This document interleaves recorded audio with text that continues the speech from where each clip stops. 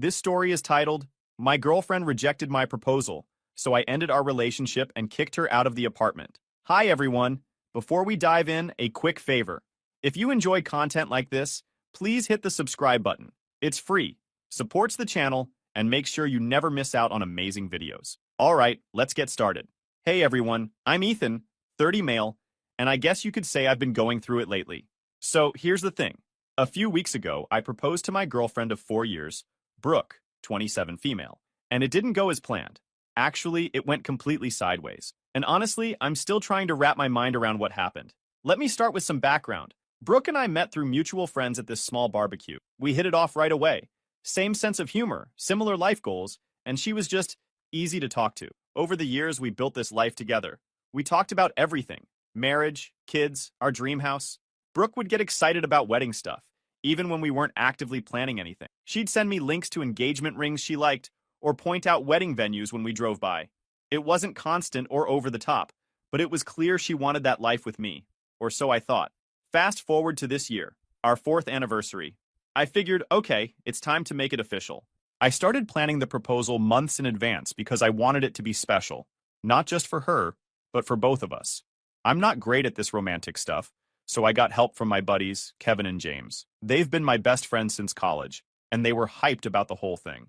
We planned everything to the last detail. I booked this resort Brooke had mentioned wanting to visit ages ago. It was a little pricey, but I figured it was worth it. Kevin and James helped me pick out the ring, a simple, classic style because Brooke's not into flashy stuff. And we set up this private dinner at the resort with candles, flowers, the whole 9 yards. Here's the part where it gets a little complicated. I didn't just plan a private moment. Brooke's friends, Qley and Anna, were in on it too. They were supposed to show up after the proposal with drinks and be part of the celebration. My buddies were going to be there too. It wasn't a huge crowd, but enough to make it feel special. The day of the proposal, everything seemed perfect. Brooke was in a great mood. We spent the day relaxing, and I was nervous but excited. When it was time for dinner, I got dressed up and tried to keep my cool. Brooke looked amazing, and I couldn't stop thinking about how lucky I was. So, we get to the setup. Candles, flowers, soft music playing in the background. I made this little speech about how much she meant to me, and then I got down on one knee. I held up the ring and asked her to marry me. And that's when everything went wrong. She didn't say yes. She didn't say no either. She just froze. For what felt like forever. Finally, she said, "Ethan, I need more time." It felt like the vibes got completely wrecked. I couldn't even process what she was saying.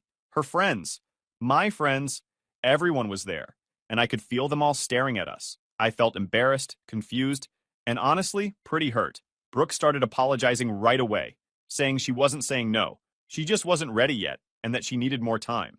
But by that point, I wasn't really listening. I was just trying to keep it together and not completely fall apart in front of everyone. Kevin and James tried to keep things light, joking around to ease the tension, but it didn't help. Qley and Anna looked just as uncomfortable as I felt.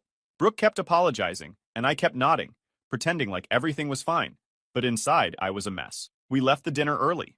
The car ride back to the hotel was completely silent. I was staring out the window, replaying the whole thing in my head, while Brooke was sitting next to me, probably doing the same. I couldn't even look at her.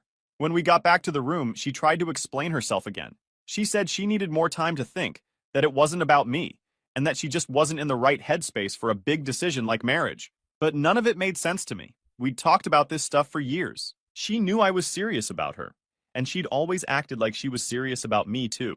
I asked her straight up, "Do you even want to marry me?" She said yes, but she wasn't ready to say yes right now. And honestly, that answer felt like a slap in the face.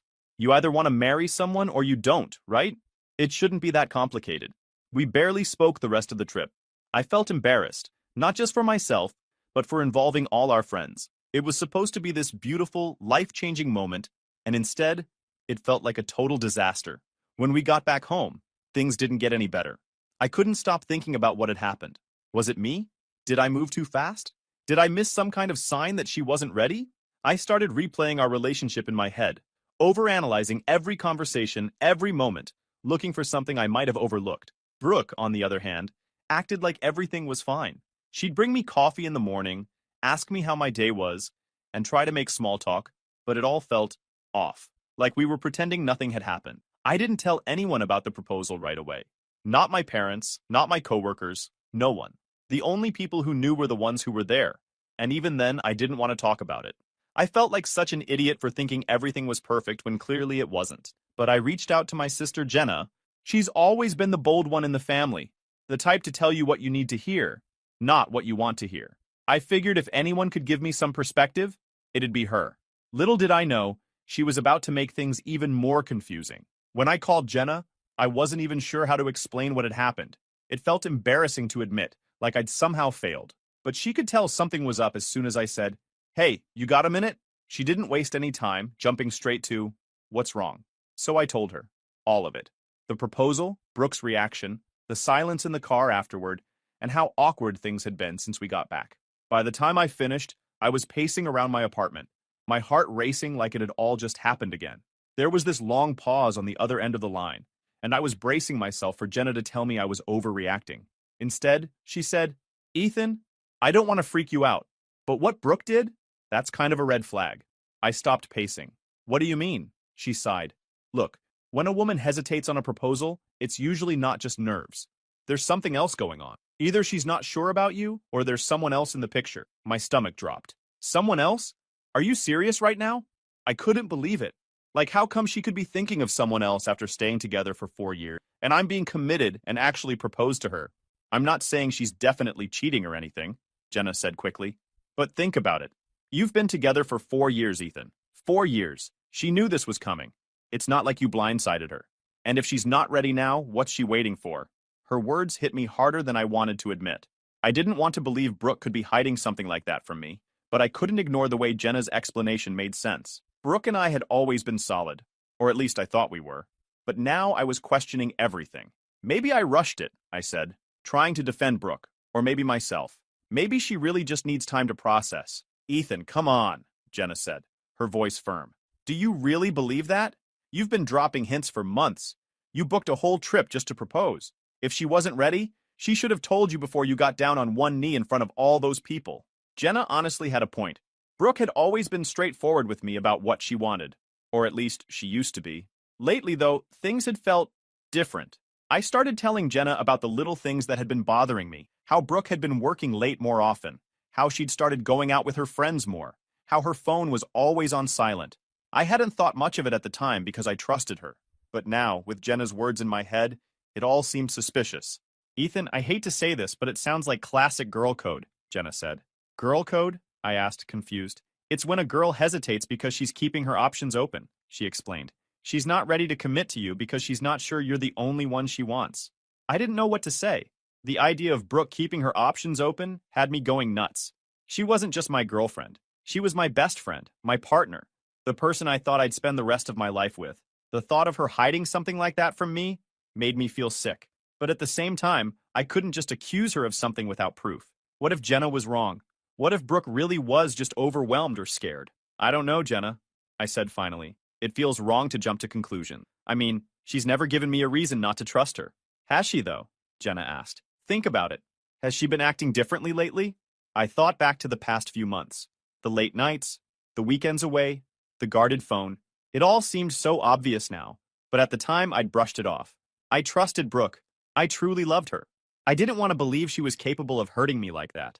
"Maybe," I admitted. "But what am I supposed to do? Go through her phone? Spy on her?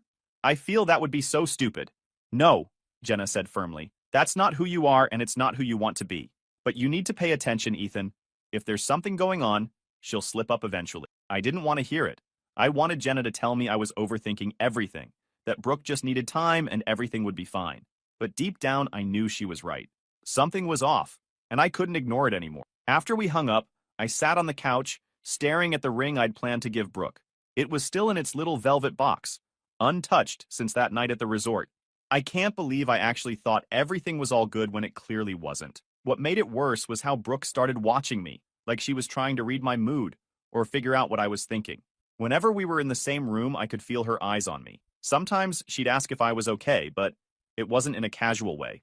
It felt loaded, like she was fishing for reassurance. At first, I didn't respond much. I was too frustrated and confused to talk about it. But the more she kept trying to gauge how I felt, the angrier I got. It wasn't just that she was asking. It was the way she did it. Like she already knew she'd hurt me and was looking for a way to make herself feel better about it. She dropped these small, almost apologetic comments like, "You've been quiet lately," or "I feel like we haven't talked much." Once she even said, "I hate that things feel weird between us." I didn't know how to respond to that. Things didn't feel weird. They were weird. And the fact that she kept tiptoeing around it instead of addressing it directly made me feel worse. It was like she wanted me to fix something she'd broken. The next few days were brutal. Brooke acted like nothing had happened, like we were fine, but I couldn't stop analyzing every little thing she said or did. When she went out with her friends, I wondered if she was really with them. When she came home late from work, I wondered if she'd really been at the office. I hated myself for thinking that way. Brooke had always been so good to me, so supportive and loving. But now, every time I looked at her, I saw doubt. The worst part was not knowing. Not knowing if Jenna was right. Not knowing if Brooke was hiding something. Not knowing if I'd ever be able to trust her again. I feel stuck, like I'm living in this limbo where nothing makes sense anymore. I loved Brooke, but I can't shake the feeling that something is wrong besides that shitty incident. And the longer it goes on, the more it eats away at me. Tell me, guys, what would you do if you were in my shoes? Update 1. Thank you all for your comments. I didn't expect this to blow up. Here's what happened lately. I didn't know that things were only going to get more complicated since my last post. A few days after my conversation with Jenna, I couldn't stop thinking about what she said. Girl code sounded like some kind of made-up thing, but Jenna wasn't the type to throw around baseless ideas. And the way she explained it, it stuck in my head like glue. I found myself overanalyzing everything Brooke had done over the last few months. I wasn't proud of it, but I couldn't turn it off. Brooke, on the other hand, acted like nothing had changed. She was still polite, still affectionate in that casual way we'd always been with each other. But there was this invisible wall between us now. We didn't talk about the proposal or the trip, and I wasn't about to bring it up. Instead, I started noticing more. She was glued to her phone more than usual, and whenever I'd casually glance her way, she'd lock the screen or flip it face down. It didn't feel right. I started paying attention to the way she'd hesitate before answering certain questions, how she'd keep her explanations short, almost rushed, when I asked how her day was. But even then, I couldn't be sure. I kept telling myself there were other explanations. Maybe she was embarrassed about the proposal. Maybe she was overwhelmed and didn't know how to deal with it. Maybe I was just being paranoid because of what Jenna had planted in my head. Then Jenna flipped the switch. She texted me. I was at work, pretending to focus on emails, but really just staring at my screen, replaying the last few weeks in my head. The notification popped up. "We need to talk about Brooke." I heard something. My stomach sank. Jenna wasn't one for drama or vague messages, so I knew this wasn't going to be good. I stepped out of the office and called her right away. She didn't waste time. I was talking to one of my friends, and Brooke's name came up. Apparently, she's been spending a lot of time with some guy from work. Like, a lot. I didn't say anything at first. My mind was racing, trying to connect dots that hadn't even been there 5 seconds ago. "What does that mean?" I finally asked. Jenna explained that her friend, who worked in a different department at Brooke's company, had mentioned seeing Brooke out at lunch with this guy more than a few times. Nothing suspicious on the surface, but Jenna's friend thought it was odd, because apparently they looked close. I didn't know what to do with that information. Lunch with a coworker didn't mean anything, right? People go to lunch with coworkers all the time. But Jenna's friend wasn't just some random person. She was reliable, honest. I couldn't shake the feeling that this wasn't just a coincidence. That night, I tried to act normal around Brooke, but it felt impossible. Every time her phone buzzed, every time she mentioned work, I found myself wondering if she was talking to him, whoever he was. She mentioned a late meeting the next day, and instead of just nodding like I usually did, I felt this knot in my stomach. After Brooke went to bed, I stayed up thinking about everything Jenna had told me. If I confronted Brooke, what was I even going to say? "Hey, I heard from my sister's friend that you've been hanging out with some guy from work. Is there something you want to tell me?" It sounded ridiculous, like I was grasping at straws, but at the same time, I couldn't ignore it. The next day, I decided to call Jenna again. I needed more context, more details, something concrete to go on. When I asked, she hesitated at first, like she didn't want to make things worse. But eventually, she admitted that her friend had seen Brooke and the guy at a coffee shop after work once.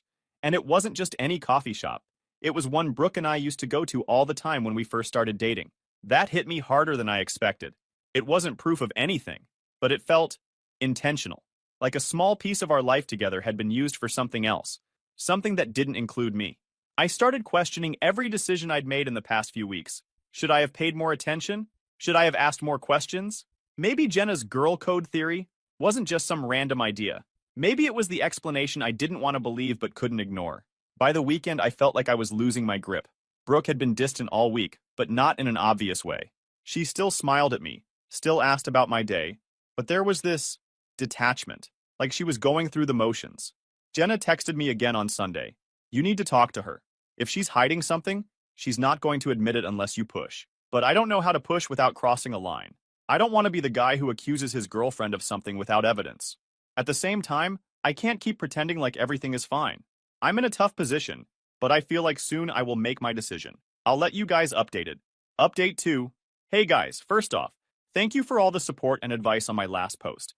I've spent the past few days trying to process everything, your perspective, and I decided to confront Brooke like most of you suggested. But let me tell you what happened before that. After a few days since Jenna sent me that text, I'd had enough. The tension in the apartment was suffocating, and I wasn't going to keep it low. Brooke was going through her routines like we were fine, like her brushing off my proposal wasn't the giant red flag that it clearly was. I couldn't pretend anymore. Couldn't just sit there like I was okay with being treated as some backup plan while she figured out her life. I'd spent weeks replaying that moment, me on one knee, pouring my heart out, and her looking at me like I was asking for a favor instead of committing to a future together. It wasn't just about the hesitation. It was about what it meant. She was still unsure about me. Not even after 4 years. Not after everything we'd built. I mean, how many years does she need to make sure I'm the one? That's ridiculous. And now? She was distant, quiet, and acting like she had no clue what the problem was. That night, after dinner, I sat across from her at the table. She was scrolling on her phone, like she always did, completely checked out. I wasn't going to wait for the right moment. This was the moment. We need to talk, I said, leaning forward. She glanced up, caught off guard. About what? Are you seeing someone else? I asked flat out. Her jaw dropped. She set her phone down slowly, like she was trying to buy time. What are you talking about? Why would you even ask me that? Because nothing about us feels right anymore, I said, my tone sharp. You've been distant for weeks. You shut me out after the proposal, and now it feels like you're just waiting for something better, or someone better. And if that's what's happening, I need to know. Her face hardened. You really think I'd cheat on you? Maybe not outright, I said, folding my arms. But let's not act like this coworker of yours hasn't come up. Jenna told me about the coffee shop. You didn't tell me you were spending time with him? Why's that? Brooke let out a sharp breath, like she was trying to keep her composure. Because it's not a big deal, she said. We're working on a project together. That's all it is. Then why hide it? I asked, leaning forward. Why keep it a secret if it's so innocent? I wasn't hiding it, she snapped. I just didn't think you needed to know every detail of my work life. That's not the point, Brooke, I said, my voice rising. The point is, you've been acting like I'm the only one fighting for this relationship, and I'm done with it. If this guy isn't a big deal, fine. But you didn't say yes to my proposal. You asked for more time. Do you have any idea how humiliating that was? How it felt to stand there, thinking I'd planned this perfect moment, only for you to tell me you weren't ready? I wasn't ready, she said, her voice defensive. And I told you that. It's not because of someone else. It's because I needed to think. Think about what? Because from where I'm sitting, it looks like you're thinking about whether or not you even want to be with me. And if that's the case, just say it. Don't string me along while you figure out your life. I'm not stringing you along, she said. I've been trying to sort through everything in my head, but you're making this into something it's not. Don't gaslight me, I said, my voice cold. You've been pulling away from me for weeks. And if it's not because of this guy, then what is it? Because I'm tired of the guessing games. Brooke stood up, crossing her arms. You want to know why I hesitated? She said. Fine. I hesitated because marriage is a big deal. Because it's permanent. And I wasn't sure I was ready to make that commitment. Not because of you, not because of anyone else. Because of me. Her words hit me, but they didn't land the way she probably thought they would. I stood up too, meeting her gaze.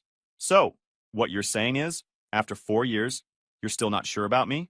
That's not what I'm saying, she said quickly. I love you, Ethan. I do. But I wasn't ready for that moment. Well, I was, I said, my tone sharp. And I thought we were on the same page. I wouldn't have asked you if I thought for a second that you didn't feel the same way. It took me only 6 months to be sure about you, but I gave it more time for you to feel ready. But now I'm questioning everything. I'm questioning if you even see a future with me, or if I'm just the guy you're settling for while you figure out your options. Brooke's face fell, but I wasn't about to back down. You've made me feel like I'm not enough, I continued. Like I'm just here to fill a void until you decide what you really want. And I can't live like that, Brooke. I deserve better. I never meant to make you feel that way, she said quietly. But you did, I said. And now I have to decide if I can even stay in this relationship, knowing that I'm not your first choice. Her eyes widened slightly, and for the first time, I saw real fear in them. Ethan, you are my choice. I've just been confused. I cut her off. Yeah, I get it. But here's the thing. I'm not confused. I know what I want. I want someone who's sure about me, someone who doesn't need time to decide if I'm worth committing to. And if you can't be that person, then I don't know what we're doing here. Brooke didn't respond. She just stood there, her expression a mix of guilt and frustration. The silence stretched between us, heavy and unrelenting. Finally, I stepped back. I'm going to give you some time to think, I said. But I'm not going to wait forever. If you can't give me a real answer soon, an answer that tells me you're all in, then I'm done. With that, I left the room, heading to the bedroom to clear my mind. For the first time in weeks, I felt like I'd taken control of the situation. Whether Brooke stayed or not, I wasn't going to keep feeling like a second option. Whatever is going to happen next, it was going to be on my terms. Final update. Hey guys, thought of giving you an update since most of you are asking what did I do. Well, honestly, I wasn't proud of how heated things got. But at the same time, I didn't regret saying what I needed to say. For weeks, hell, maybe months, I'd been bottling up all this frustration and confusion. The proposal, the hesitation, her distance afterward, and now this shadow of doubt hovering over us. I couldn't ignore it anymore, and asking her directly about the coworker had been inevitable. The thing that bothered me the most wasn't even her vague answer about him. It was her overall hesitation, about us, about marriage, about everything. I wasn't asking her to marry me tomorrow. I just needed to know that we were heading in the same direction. Her saying she wasn't ready felt like she wasn't ready for me. After sitting there for a while, I decided I needed to clear my head. I didn't want to call Jenna. I needed to hear from someone else. So I texted Kevin since he was in the proposal and knew what happened. Hey, can we talk? Need some advice? Kevin was one of those friends who didn't sugarcoat things, and that's what I needed right now. When he called me a few minutes later, I stepped out onto the balcony to avoid waking Brooke, even though I doubted she was sleeping after our fight. I filled him in on everything. Brooke's hesitation after the proposal, her recent distance, and the conversation we'd just had. Kevin let me vent without interrupting, which was exactly what I needed. When I finally finished, he sighed. Ethan, I'm going to be honest with you. You're doing the right thing by standing up for yourself. If she's not sure about you after 4 years, that's a problem. I get that marriage is a big step, but she should at least want to take that step with you. The fact that she's hesitating, that's not something you can just ignore. I nodded, even though he couldn't see me. Yeah, I know, but it's hard. I don't want to just throw away everything we've built, you know? I get it, he said, but you also don't want to spend years with someone who's not all in. You deserve better than that. I ended the call and walked back into the living room. Brooke was still sitting on the couch, clutching a blanket like it was her shield against what was coming. Her phone was still untouched on the table, the light from the TV flickering over her face. She looked up as I walked in, her eyes darting to me nervously. For weeks, I'd been holding back, giving her space, trying to understand her hesitation. But after everything, it was clear. I couldn't keep doing this. We need to talk, I said. She nodded, her hands twisting the edge of the blanket. I know, she said softly. I sat down trying to be reasonable. Brooke, I started, I've been patient. I've been giving you time, trying to figure out what's going on with us. But I'm at my limit. You've been distant ever since the proposal. I've tried to understand. I've tried to give you the benefit of the doubt. But it feels like you're not even trying anymore. She didn't say anything, her eyes glued to the blanket in her lap. I need to know, I continued, my voice tightening. Are you in this or not? Because I can't keep waking up every day wondering if you're just waiting for a better option to come along. It's not like that, she said quickly, looking up at me. Then what is it like, Brooke? I shot back. Because from where I'm sitting, it feels a hell of a lot like I'm being strung along while you figure out your life. And I can't do that anymore. I won't. Ethan, she said. I don't know how to say this. Just say it, I said, my tone sharp. Whatever it is, just say it for God's sake. I'm done with the games. So she hit me with, I've been seeing someone, she admitted, her words barely audible. I froze. For a moment, I thought I'd misheard her. But then the weight of her words hit me like a sledgehammer. What? I said. She looked up at me, her eyes filled with guilt and tears. I didn't mean for it to happen, she said quickly. It happened. And I didn't know how to tell you. I didn't want to hurt you. At that point, I lost it. There was no way I'm taking this calmly. Didn't want to hurt me? I repeated, my voice rising. You didn't want to hurt me. So you decided to sneak around behind my back instead? And playing with me until I kneel down and propose only for you to say I'm not sure? Do you even hear yourself, Brooke? I'm not with him, she said desperately. I'm not sure about him either. That's the problem. I don't know what I want, Ethan. You don't know what you want? I said, standing up abruptly. After 4 years? After everything we've built together? You don't know what you want? Do you have any idea how pathetic that sounds? She flinched, but I didn't care. I was done holding back. I was ready to spend my life with you, I continued, my voice shaking with anger. I was ready to build a future with you. And while I was planning our next steps, you were out not being sure about someone else? Do you have any idea how humiliating that is for me? I didn't mean for it to get this far, she said, tears streaming down her face now. I didn't mean for any of this to happen. But it did, I said, cutting her off. You let it happen.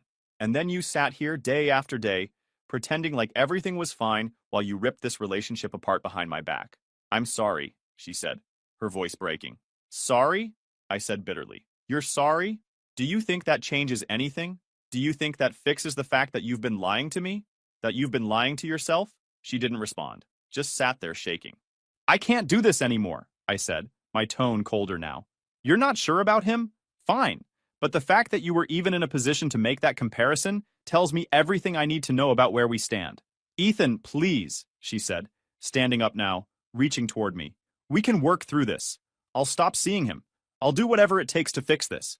No, Brooke, I said firmly, stepping back. You don't get to fix this. You don't get to sit here and decide now, after everything, that I'm the one you want. Her face crumpled, but I didn't let it sway me. Get out from my house, I said, my voice like steel. Her eyes widened, panic flashing across her face. Ethan, please don't do this. You did this, I said, pointing at her. You made this choice the moment you decided I wasn't enough for you. You made this choice the moment you let someone else into our relationship. So don't stand here and act like I'm the bad guy. Pack your things and go. She hesitated, but when she saw the resolve in my face, she nodded slowly. Without another word, she turned and walked toward the bedroom. I stood there, listening as she packed her things, my heart heavy but resolute. When she finally walked out the door, she paused, looking at me one last time. I'm sorry, she said quietly. I didn't respond. I just closed the door behind her, locking it and leaning against it as the weight of everything settled over me. The apartment was quiet now, but for the first time in weeks, the silence felt like peace. That night she left my life, I called my Jenna, just to assure her it was not the coworker that we were debating. It was another guy. Writing this now seems pathetic and laughable. Anyway, I told her everything. How Brooke admitted to seeing someone else, but claimed it wasn't serious. And how I couldn't stay in a relationship with someone who treated me like an option. Jenna was shocked at the beginning, but also supportive. You did the right thing. You deserve better. A few days later, I got a call from Brooke's sister, Lila. She wanted to know what happened. I explained everything. Her hesitation at the proposal, her confession, and my decision to end things. To my surprise, Lila said, I'm sorry, Ethan. You didn't deserve that. Brooke's been lost lately, and I hope she figures herself out. But you made the right choice. Since then, I've been focusing on myself. I sold that doomed engagement ring. It felt like holding on to a very bad memory in my life, so there was no need for it. The money's in savings now. A reminder to invest in my future instead of clinging to the past. It hasn't been easy. Some days, I replay everything in my head, wondering if I could have done something differently. But deep down, I know this wasn't about me. Brooke's hesitation and choices were hers, not a reflection of my worth. I'm not ready to date again yet. But that's okay. For now, I'm taking time to heal and rebuild. To everyone who's been following my story, thank you. Your advice and support gave me the strength to stand up for myself. If you're in a similar situation, trust your instincts. You deserve someone who's all in, no doubts, no hesitation. It's hard to let go, but sometimes it's the only way forward. Life isn't perfect, but I'm learning to embrace the uncertainty, one day at a time. Here's to new beginnings.